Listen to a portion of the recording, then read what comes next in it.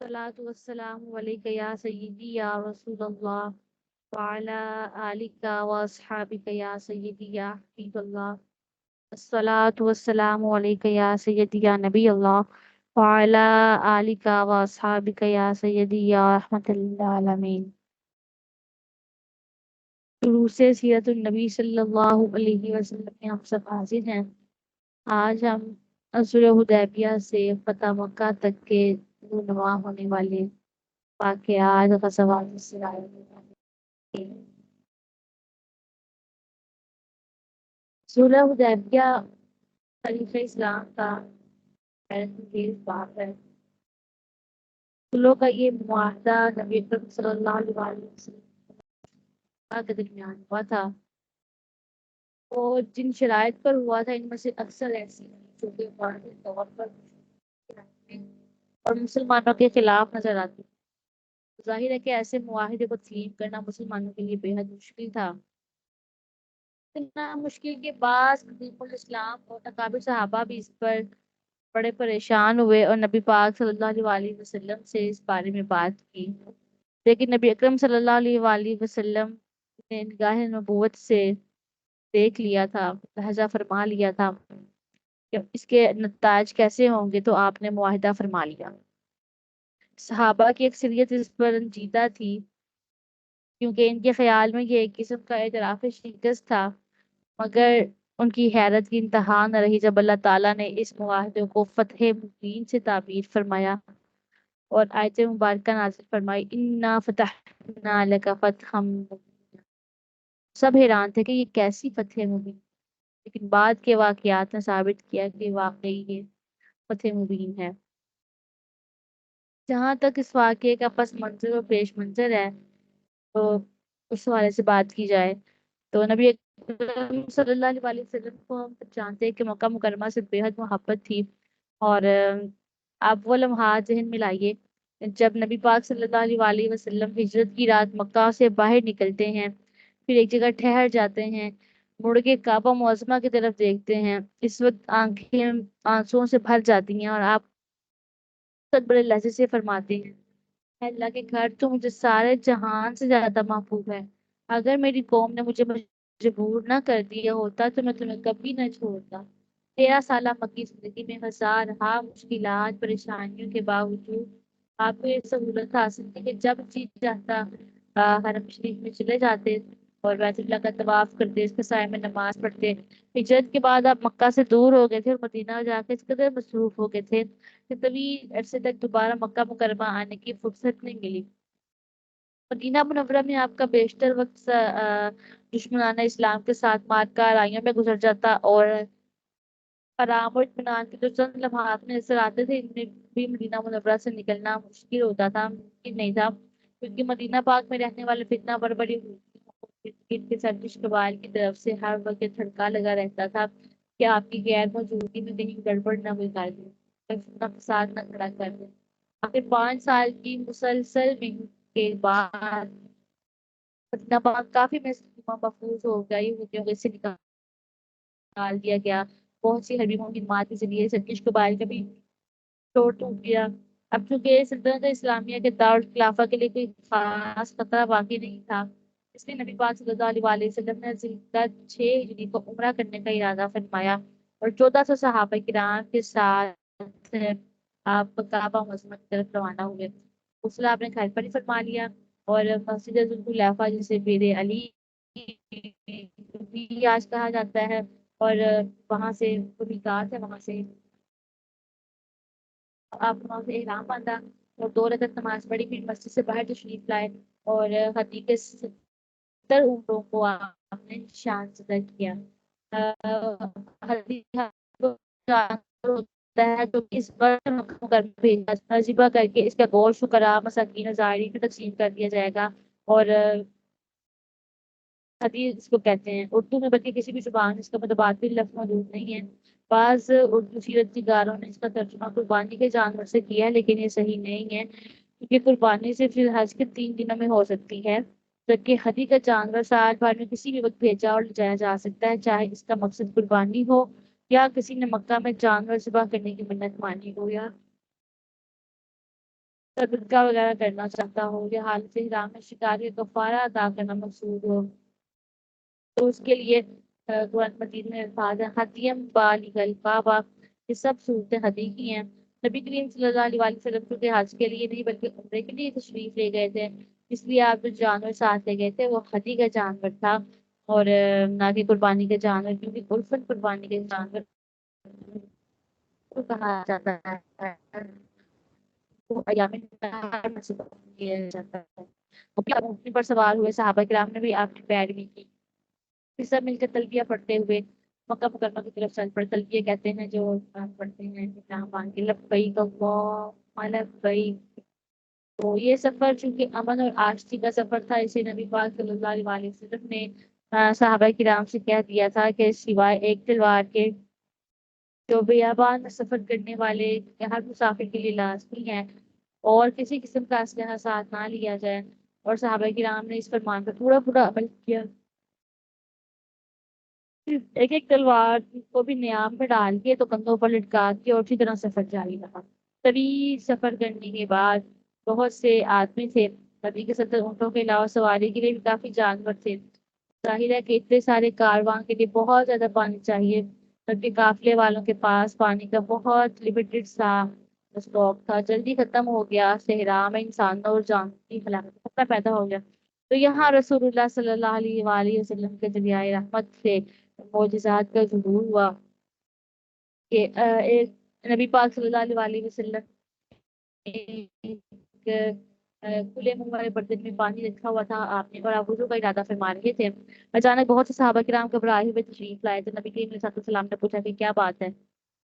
عرض کی گئی یا رسول اللہ پانی مکمل ختم ہو گیا ہے، اور سوائے اس پانی کے جو آپ کے برتن میں پڑا ہے کہیں پانی نہیں ہے۔ نہ کے لیے نہ وضو کے لیے، تو یہ سن کے نبی کریم صلی اللہ علیہ وسلم نے اپنا دستے مبارک اس برتن میں رکھ دیا جس میں پانی پڑا تھا، اور صحابہ کرام کی نگاہوں نے یہ حیرت انگیز منظر دیکھا کہ نبی کریم صلی اللہ علیہ وسلم کی سے پانی کے فوارے پھوٹ رہے ہیں۔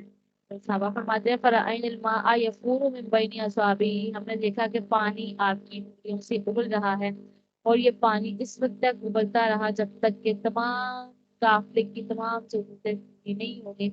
بعد میں حضرت جابر رضی اللہ تعالیٰ عنہ نے سے کسی نے پوچھا کہ آپ کتنے تھے؟ نے کہا کہ ہم تو 1,500 کے قریب تھے، لیکن اگر ہم لاکھ بھی ہو جائے تو پانی ہمارے لیے کافی ہوتا۔